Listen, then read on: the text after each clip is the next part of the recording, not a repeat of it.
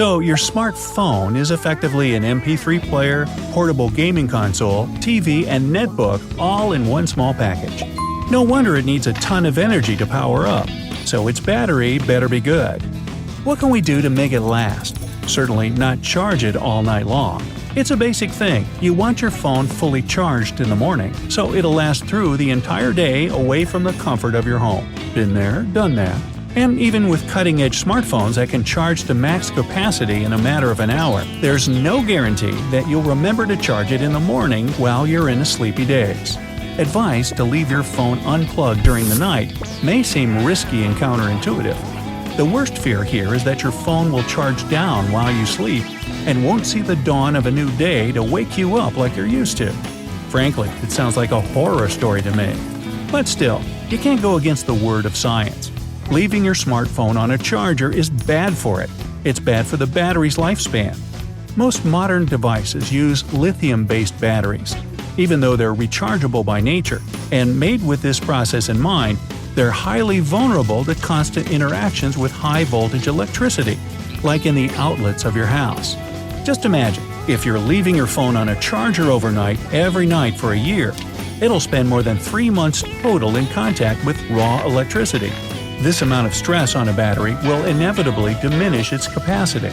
You'd be lucky if your smartphone lasted for a little over a year in this case. Thankfully, it's not all that bad because manufacturers know about this issue and try their best to avoid the damage. For example, there are automatic switches on your phone that'll stop the charging process the very moment it reaches 100%. It seems like that would solve the whole problem, but it's not that easy.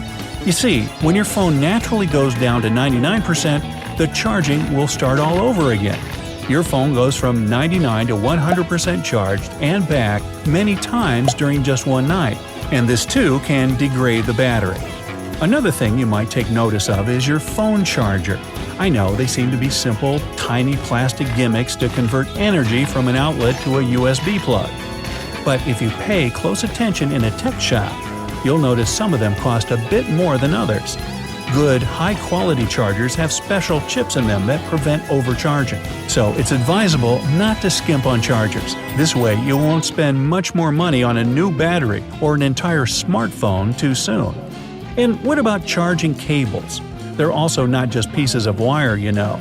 Cheap cables aren't compatible with features like a quick charge, which is available on most modern devices in some form. But in some cases, it's worse than that. A poorly manufactured cable could cause a short, and then your smartphone would be fried on a whim. Oh, my order? Yes, I'd like fried smartphone, some fries with that, and a Diet Coke, please. Overall, it's always advisable to use good quality tech when it comes to something as expensive as smartphones these days. But even all these reinforcements combined can't completely protect your smartphone and allow you to charge it for as long as you want. These small charges and discharges between 99 and 100% will still occur, and the problem with them is that they'll heat up your phone. Heat is bad for batteries. That's why it's so harmful for your phone if you leave it in a closed car in the middle of summer. It'll be all laggy and slow until you cool it down. A battery left on the charge may produce heat, but from the inside of the phone's body, which is arguably even more destructive in the long term. You can always ease this detrimental process by taking your device out of the phone case when you're charging it, but that won't completely solve the problem. There's also some other advice going around the internet that I'll have to disprove as myths and nothing more. For example, you've probably heard something about fully depleting the charge of your smartphone and then charging it to the maximum capacity.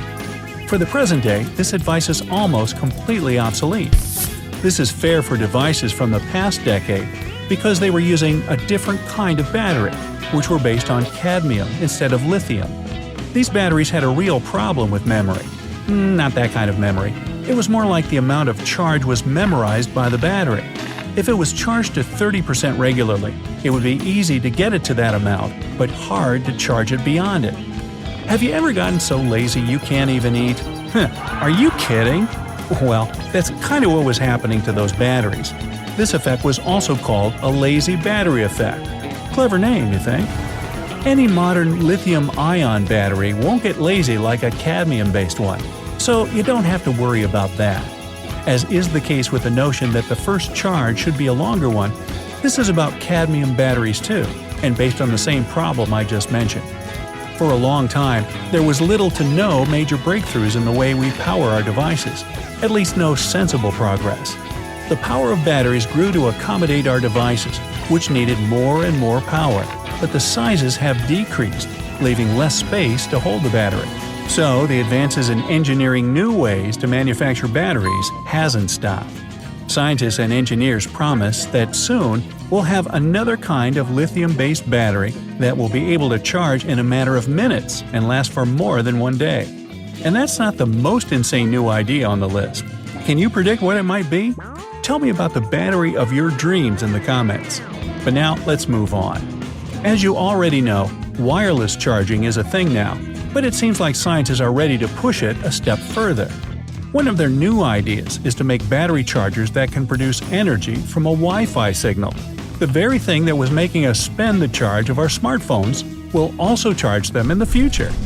And how about charging a phone with a sound? Using piezoelectric principles, tiny nanogenerators will be able to transform the surrounding sound to electric power. Even your voice will be a good source of energy. Charging a phone while talking on it? Yes, please. Guess that'd be good news for service providers, huh? Scientists from Japan are in the middle of a decades-long study that will allow replacing lithium-ion batteries with sodium. The main difference between those elements is that lithium is quite rare and expensive, while sodium is literally everywhere. It's one of the most widespread elements on Earth, and batteries like that wouldn't be only more efficient, but also cheaper. Another idea is to use literal sand in batteries. Well, not quite literal though, as this battery will use silicon, the main component of the sand. Thinned down to nano-silicon structures, this element will be much more efficient in a battery than the graphite that's used now. And now to more expensive stuff. How about gold batteries? No, actually, it's nanotubes made of gold in batteries, where energy transfers through the gel will be so sturdy that the battery won't ever degrade at all. With a battery like this one, you'd be able to charge your phone however and for as long as you like. But for now, the best course of action is to use good quality charging equipment, keep your smartphone out of the heat, and most importantly, keep the charge in it between 30 and 90%. Don't starve it and don't overcharge it, and your smartphone will serve you for years to come.